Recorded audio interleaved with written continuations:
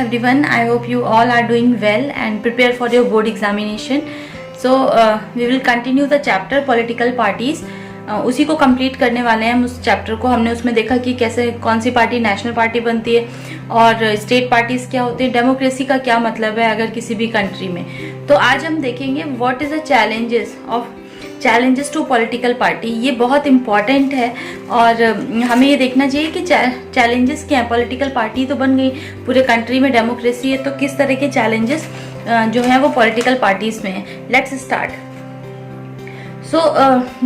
हम सब जानते हैं कि इंडिया एक डेमोक्रेटिक कंट्री है और सब जगह क्या है, डेमोक्रेसी है।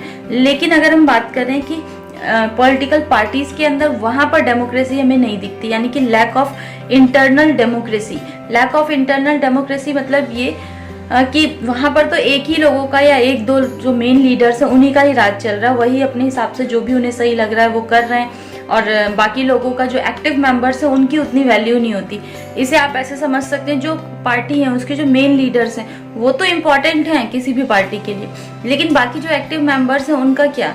बल्कि डेमोक्रेसी में क्या हुआ, सबके पास अपने राइट्स होते हैं। तो आई होप यू अंडरस्टैंड कि do not hold organisational meetings and do not conduct internal election regularly. क्यों, हम अगर बात करें किसी भी पार्टी में पार्टिसिपेट करने के लिए या फिर उसे ज्वाइन करने के लिए कोई भी इलेक्शन नहीं होते, सिर्फ और सिर्फ आप अपनी मर्जी से ज्वाइन कर सकते हैं। तो जो एक्टिव मेंबर्स हैं उनकी इतनी वैल्यू नहीं है जितनी वैल्यू किसकी है, जो कुछ एक मेंबर्स हैं जो चले आ रहे हैं। उससे बड़ा एक चैलेंज है किसके सामने, पॉलिटिकल पार्टी के सामने। नेक्स्ट है आपके सामने जो है वो है डायनेस्टिक सक्सेशन। जो पॉलिटिकल पार्टीज हैं हमारे पास, उनके ही घर वाले ही होते हैं जो मेन पोजीशंस को होल्ड करते हैं। भाई किसी के घर में अगर कोई लीडर बन गया तो उनके फिर अगले बार उनके बेटे होंगे, फिर उनके होंगे। अगर मान लो ऐसा नहीं भी हुआ तो उनके चाचा भतीजे, इस तरह से भतीजावाद चलता रहता है। आई होप यू अंडरस्टैंड कि हम क्या कहना चाह रहे हैं। तो ये क्या है, ये पॉलिटिकल पार्टी का एक चैलेंज है। मतलब ये क्यों चल रहा है, क्यों किसी और को मतलब चांस ही नहीं मिल रहा, सिर्फ कुछ जो पॉपुलर पोजीशंस है वो कुछ लोगों ने होल्ड कर रखी हैं। And in many parties the top positions are always controlled by members of one family. जो मेन जो टॉप पोजीशंस है किसी भी पार्टी की, वो पूरी की पूरी एक फैमिली की है, बेटे बहू चाचा ताऊ सबने ले रखी है खाली पोजीशंस। तो यहाँ पर ये क्या है, challenge of democracy. The third very most important point is growing the role of money and muscle power in political party and especially during elections. So since parties are focused only winning elections, they lend to any shortcut also. सिर्फ और सिर्फ जब political parties की बात आती है या फिर इलेक्शंस कंटेस्ट होते हैं तो वो किसी भी लेवल पे जाकर के इवन उन्हें कोई शॉर्टकट भी लेना पड़े तो उन्हें कोई प्रॉब्लम नहीं होती। मतलब इलीगल तरीकों से भी किसी भी तरीके से जाकर के वो सिर्फ और सिर्फ क्या चाहते हैं, इलेक्शन को जीतना चाहते हैं। तो किसके बेसिस पे, मनी और मसल की गुंडागर्दी के बल पे या फिर मनी के बेसिस पे। समझ में आ रहा होगा सबको कि कैसे वोटिंग होती है इंडिया में। ओके, तो money and muscle power is also playing a very vital role. And the next point is people do not find parties to be meaningful for their choices. इस पॉइंट को ऐसे समझिए जैसे suppose मैंने आपको दिया एक जगह मौसमी और एक जगह संतरा आपको दिया, तो अब आपको मैं बोल रही हूँ कि चूज कीजिए इसमें से। आपके पास तो चॉइस है, डेमोक्रेसी है तो आपके पास चॉइस है, you can choose anyone. But reality क्या है, दोनों एक जैसे ही तो है। मोस्ट ऑफ द टेस्ट तो दोनों का एक जैसा, थोड़ा सा अलग है, क्वालिटीज भी एक ही जैसी हैं। तो ऐसा ही हमारे सामने होता है। चॉइस तो तब हो ना जब हमारे पास नींबू, संतरा और हम कह सकते हैं बनाना, एप्पल, स्ट्रॉबेरी और भी चीजें हों तो हम चॉइस करेंगे। और यहाँ पे क्या होता है, चॉइस के नाम पे जो डेमोक्रेसी हमें दिख रही है वहाँ पे एक्चुअली में हमें चूज क्या करना होता है, कौन सबसे बुरा है और कौन थोड़ा कम बुरा है। तो हमें चॉइस नहीं मिलती क्योंकि ये पॉलिटिकल पार्टीज की फैमिली वही पार्टीज चल रही है। इसको आप ऐसे भी समझ सकते हैं, आज हमें आजाद हुए 70 साल हो गए, फिर भी हम उन्हीं मुद्दों पर ही बात करते हैं।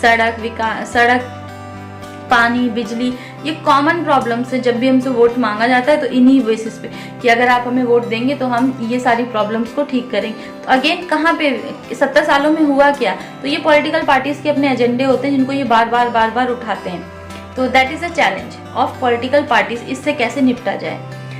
नेक्स्ट, इसीलिए क्या होता है, कई बार लोग गुस्से में जाके नोटा प्रेस कराते हैं कि भाई हमें कोई भी पार्टी नहीं पसंद है, ना जो भी दिख रही है वो, ना ही जो अपोजिशन में हमें कोई नहीं पसंद है, तो वो नोटा प्रेस कर देते हैं कि हम इस इलेक्शन से खुश नहीं है। तो ये समझ में आ रहा है हमें नोटा इंट्रोड्यूस ही क्यों करना पड़ा, क्योंकि इस तरह की सिचुएशन आ रही है। तो that is the main.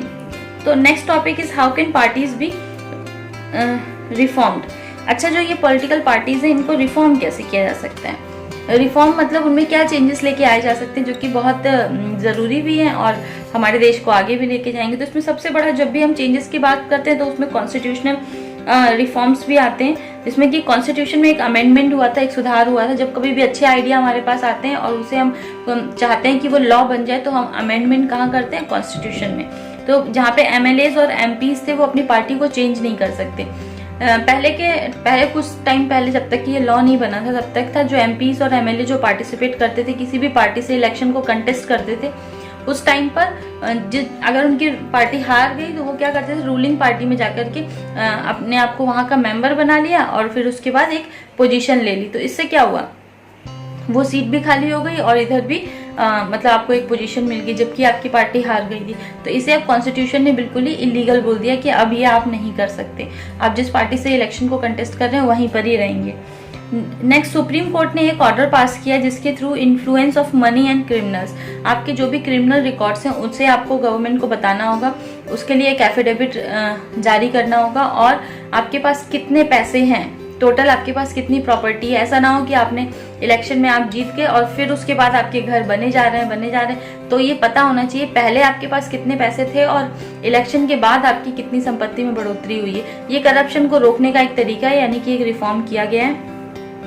Next point is they should be state funding of elections, the government should give parties money to support their election expenses. Government को कुछ देना चाहिए सबको कि लो 20-20 हज़ार रुपए, आई एम जस्ट सेइंग 20 हज़ार या 30,000 रुपीज़ या 40,000 रुपीज़ सारी पार्टीज को देनी चाहिए कि हाँ हम आपको फंडिंग कर रहे हैं, इसमें आपको जो इलेक्शन कंटेस्ट करना है वो करिए।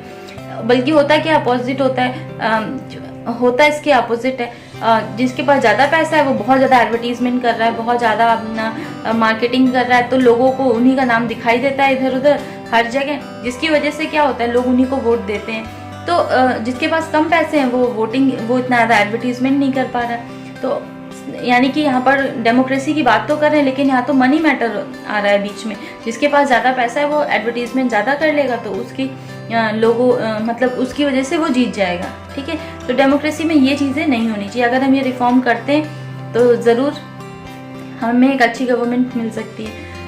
आप मुझे बताइए आपके अकॉर्डिंग पॉलिटिकल पार्टीज में क्या रिफॉर्म होने चाहिए। ये चैप्टर आप इसलिए नहीं पढ़ रहे कि आपके चैप्टर, क्योंकि ये बहुत इंपॉर्टेंट है, it is a major issue. हमें पता होना चाहिए जो पॉलिटिकल पार्टीज हैं उसमें क्या चैलेंजेस हैं और क्या रिफॉर्म्स हैं। ये लास्ट हेडिंग है आपके चैप्टर की, लेकिन ये बहुत इंपॉर्टेंट है। Next, there are 2 other ways in which political parties can be reform. कुछ अलग रिफॉर्म्स भी हैं जो होने चाहिए। Political parties people can put pressure on political parties. लोगों के पास ये राइट होना चाहिए कि वो प्रेशर बिल्डअप कर सके, किसके ऊपर? पॉलिटिकल पार्टीज के ऊपर। क्योंकि जब वो पॉलिटिकल पार्टी कभी भी इलेक्शन कंटेस्ट करती है तो वो मैनिफेस्टो देती है। मैनिफेस्टो आई होप आपको पता हो, जब कभी भी कोई पॉलिटिकल पार्टी चुनाव में आती है तो उसे वो ये वादे करती है हम ऐसा करेंगे, इस तरह से करेंगे, या फिर हम ये चीज़ों को इम्प्लीमेंट करेंगे। तो लोगों के पास ये राइट होना चाहिए कि अगर आप रूलिंग पार्टी में आ गए और उसके बाद भी आपने वो चीज़ नहीं किया तो हम आपके ऊपर PIL रख सकें या पेटिशन डाल सकें। आप उसके लिए जिम्मेदार हैं क्योंकि आपने वादे किए। बल्कि होता क्या उल्टा, हम सबको आदत पड़ गई है, नेता जो वादे करेंगे वो पूरे नहीं होते हैं। Next is political parties can improve if people who want change can join political parties. Political party का सबसे बड़ा जो सिनेरियो है वो इम्प्रूव तभी हो सकता है जब जो लोग पॉलिटिक्स को ज्वाइन करना चाहते हैं वो आराम से उसे ज्वाइन कर सकें। It is difficult to reform politics if ordinary citizens do not take part in it and simply criticize it from the outside। एक तरीके से ये बात बिल्कुल सही है कि बाहर से जो लोग उनको पॉलिटिक्स को क्रिटिसाइज कर रहे हैं, अगर वो लोग जाकर के उसमें पार्टिसिपेट नहीं करेंगे, जैसे आप पढ़ रहे हैं, आपको समझ में आ रहा है कि पॉलिटिक्स में ये चीजें गलत है, लेकिन अगर आप ही वहां जाने की हिम्मत नहीं रखेंगे, जा नहीं सकेंगे, रास्ते बिल्कुल स्मूथ नहीं होंगे, तो क्या होगा? वहाँ पे चेंजेस कभी नहीं आएंगे, यही परिवारवाद चलता रहेगा।